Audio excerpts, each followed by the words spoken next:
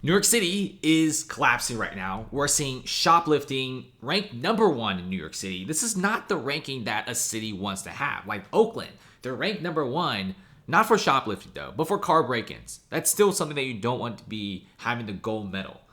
New York City shoplifting is on a whole different level. Organized crime, massive shoplifting sprees, and even smaller mom and pop stores are also getting robbed a little bit here and there. Like, it's just wild, right? Even NYPD, as many of those guys are in New York City, can't even keep up. And shoplifting surged 64 whopping percent in New York City, more than any other US city in the past 4 years. And no wonder some of the biggest bankers and rich people are moving out of New York City and going to places like Vegas, Austin, and Miami to pursue like a better lifestyle. So New York City has led the US with the fastest and sharpest increase in the number of reported shoplifting incidences, and it's only growing, right? And retail theft is like super duper high. And at this point, the cops in New York, they have their hands full. They can't even get all these different reports. There's just so many every single day. And if you look at this, Los Angeles experienced a 61% surge. It's not great, but hey, 64% is just even worse. If you look at this for petty theft, it's up 29%, right? And LA has a lot of petty theft, but New York City is actually seeing a huge rise in terms of large-scale organized crime. That number is more than 2-3 people, right? We're seeing dozens of people go into a luxury designer bag store and just like looting the crap out of it. And this type of organized crime situation is rising through the roof for New York City, which is actually causing several stores to just simply close down. They just don't really want to be here anymore. And look at this. Target stores are closing down due to crime and safety fears.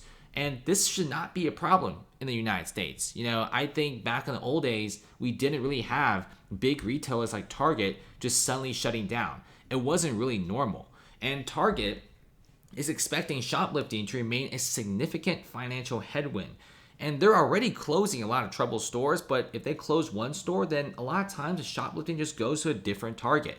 And New York City actually closed down their Harlem Target store due to intensive crime and lots of shoplifting. And this isn't like the only store that's closing, right? I think Target just simply really wants to move out of the city. And it's very simple. It's in a lot of these cities that are very left-leaning, like San Francisco, Seattle, Portland. A lot of these cities, they don't really crack down on the shoplifting stuff. And now you even have big corporations going underwater. At first, everyone thought the mom and pop stores are going to be the ones going down, but who would have thought that even whole entire Targets and supermarkets are closing down? Even like small grocery chains can't even compete with the shoplifting incidences. I mean, Target is very capitalist. They don't make money for a store, they close it. And when your store gets a lot of foot traffic, but at the same time, a lot of people are constantly doing petty theft at your store and you just can't do anything about it, well, they simply shut down. And Target is leaving New York City, and this is causing a pretty big exodus in a lot of these different areas. And check this out. Shoplifting in New York City is so bad. Supermarkets are locking up and installing anti-theft devices on ice cream that's just $6. This is kind of like the period that we live in now, right? Shoplifting is very wild in Manhattan and the rest of New York City. Pints of high-end ice cream has special locks.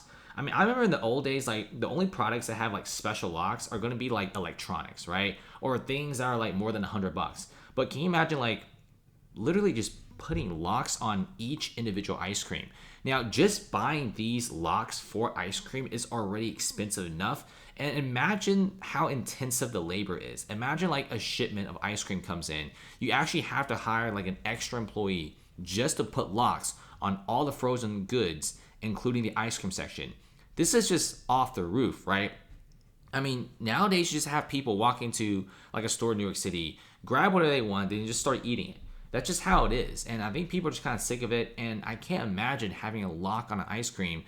I mean, they're probably going to be like carving the Haagen-Dazs from the bottom at this point instead of the top, since the top is locked. But like a city shouldn't really deteriorate itself to this sort of level, right? If you go to other major cities around the world, like Tokyo, go to like Hong Kong, go to Sydney, you won't actually see this sort of situation. Like ice cream being locked up. Imagine some dude from like a foreign country comes here for vacation and sees this kind of stuff. They'll be pretty shocked. Look at this. The ice cream aisle literally has big, massive chains. And if you want to get something, you're going to have to flag down an employee they come over, they unlock it. This is wild, right? And like I said, these locks aren't cheap, and it's pretty labor intensive to lock every single product. And many of these items in some of the smaller mom and pop stores, like some of the smaller ones like these, they literally have to like put everything behind like a glass door. It's crazy, right? So many Haagen-Dazs are being stolen in Manhattan and Brooklyn and other areas.